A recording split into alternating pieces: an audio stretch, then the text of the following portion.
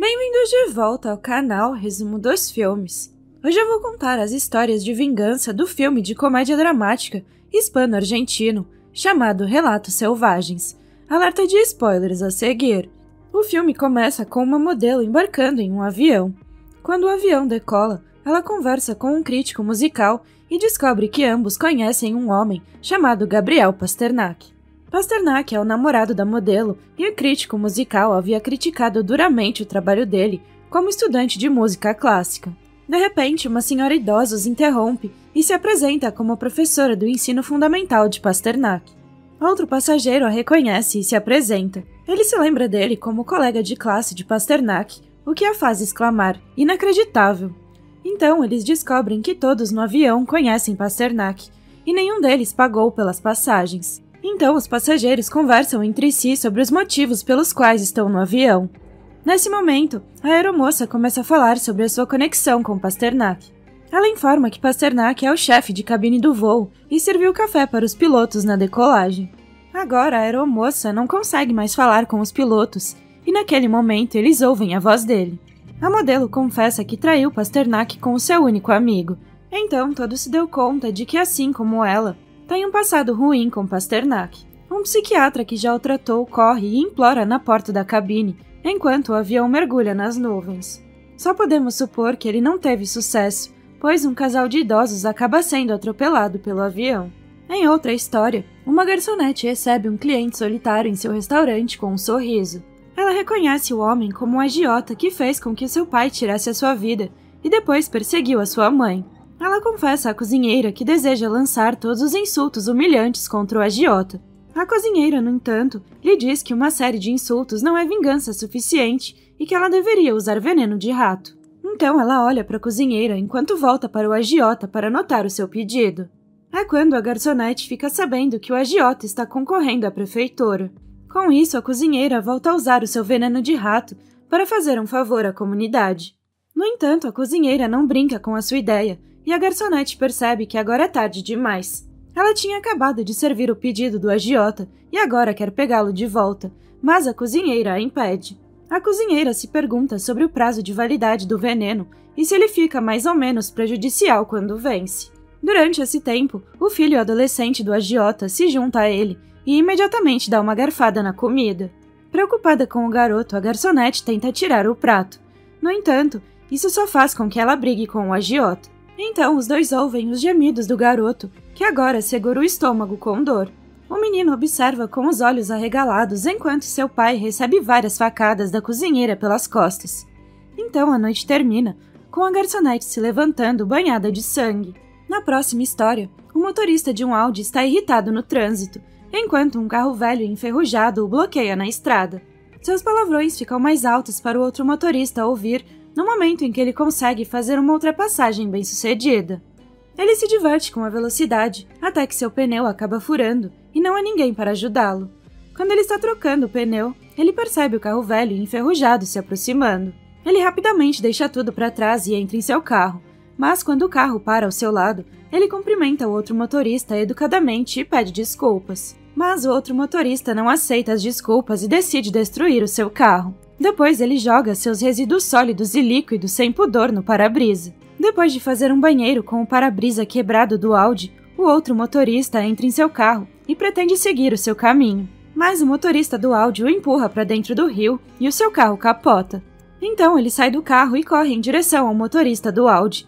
No entanto, momentos depois, ele se vê fugindo para salvar a sua vida. O motorista do Audi se aproxima, ansioso para atropelá-lo, mas perde a primeira chance e acaba caindo em encontro ao carro enferrujado no rio. O motorista do Audi fica preso em seu carro e o outro motorista entra. Eles se agarram e batem um no outro com qualquer coisa que encontram pela frente. Não muito tempo depois, ele acaba pendurado para fora com o cinto em seu pescoço. Enquanto isso, o outro motorista rasga sua manga, a joga no tanque de combustível, acende o isqueiro e está prestes a fugir. No entanto, um par de braços agarra sua perna e a prende com uma força que o faz entrar em pânico por causa do fogo. Nesse momento, uma explosão acontece e um caminhão para na pista. Ele acaba de passar pela ponte quando ocorre a explosão. A cena do crime é investigada e os detetives a associam a um crime passional pois 2 corpos queimados estavam colados dentro do carro. A história seguinte, desta vez, se passa em uma cidade. Um engenheiro explode um prédio para reestruturá-lo. Depois ele sai do trabalho e compra um bolo em uma confeitaria. Ele está prestes a ir para casa quando descobre que o seu carro foi rebocado. A próxima coisa que ele sabe é que está em uma fila para pagar e resgatar o seu carro, mas ele não faz isso imediatamente. Em vez disso, ele tenta explicar por que estacionou em uma zona aparentemente proibida. O caixa da empresa de reboque lhe diz o que fazer nesse caso. No entanto, o engenheiro recusa a ideia. O caixa então reitera que ele precisa pagar, então ele paga enquanto chama o caixa de criminoso e escravo do sistema corrupto. O engenheiro chega em casa e vê um grupo de pessoas cantando parabéns para você, para sua filha, que assopra uma vela em um macaron.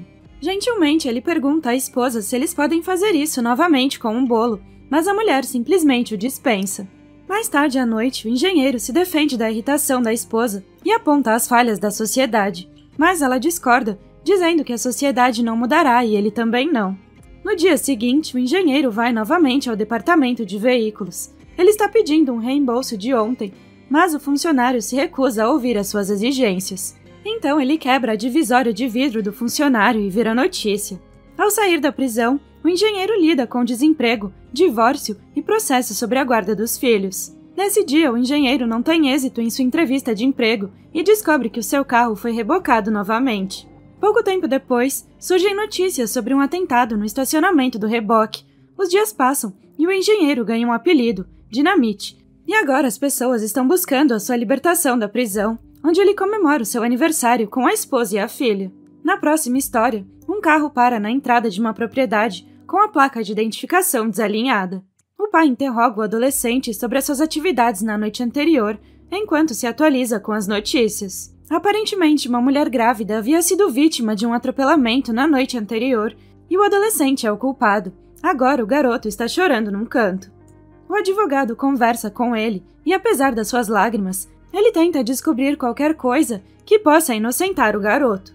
Enquanto isso, o pai observa o jardineiro fazendo seu trabalho no quintal. Pouco tempo depois, o pai faz uma proposta ao jardineiro, $500.000 para que ele vá para a prisão no lugar do seu filho. Momentos depois, o jardineiro está dentro do carro do crime, seguindo ordens do advogado. O advogado calculou tudo para encobrir o adolescente. O promotor começa a fazer perguntas imediatamente e o jardineiro não hesita em responder. Ele diz que é o responsável pelo crime e conta sua história, até que o advogado pede que ele não diga mais nada. Mas depois de verificar os ajustes do carro, o promotor inocenta o jardineiro do crime. Alguém alto tem que ser o motorista, e com certeza não é o jardineiro. Agora eles precisam incluir o promotor no encobrimento. O disfarce envolve $1.000.000 para o promotor, $500.000 para o advogado, e outro $500.000 e mais um apartamento para o jardineiro. No entanto, o jardineiro não aceita ter a mesma quantia que o advogado, já que é ele quem vai para a prisão. Eles estão conversando sobre o acordo quando o adolescente irrompe pela porta, apesar da sua mãe o impedir. Ele quer confessar, mas o jardineiro o convence a não fazer isso. Dessa vez, com a menção das despesas adicionais, o pai interrompe a discussão. Ele se recusa a mexer mais na carteira do que já está fazendo, assim como os 3 se recusam a cortar uma parte dos seus ganhos. O pai sai do escritório e pede que o filho confesse e se dane.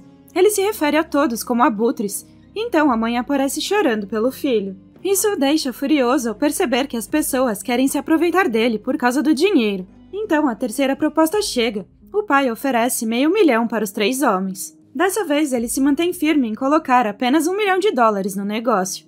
Se a proposta for maior, ele fará uma denúncia contra o advogado e o promotor.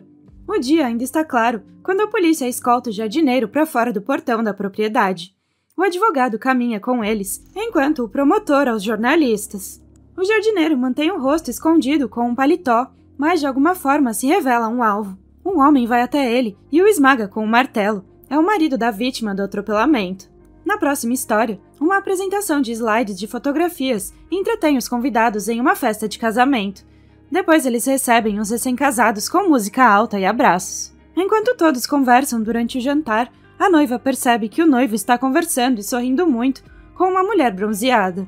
Sozinha em sua mesa, ela faz uma ligação para o celular do noivo. Ela vê a mulher bronzeada e interrompe a ligação.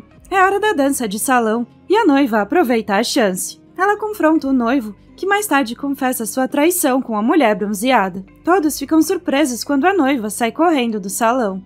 O noivo corre atrás dela, mas a noiva é rápido o suficiente. Ele e seu amigo a procuram em todos os cantos possíveis e por fim a encontram no telhado. No entanto, a noiva está com a perna entrelaçada na cintura nua de um cozinheiro quando o noivo chama sua atenção. O cozinheiro se afasta imediatamente da noiva, que se levanta e se aproxima do noivo com ameaças. Ela promete torturá-lo, humilhá-lo o suficiente para que ele pule de uma ponte. O noivo fica atônito e sem palavras, até a última frase da noiva: "Quando a sua morte nos separar, eu terei tudo."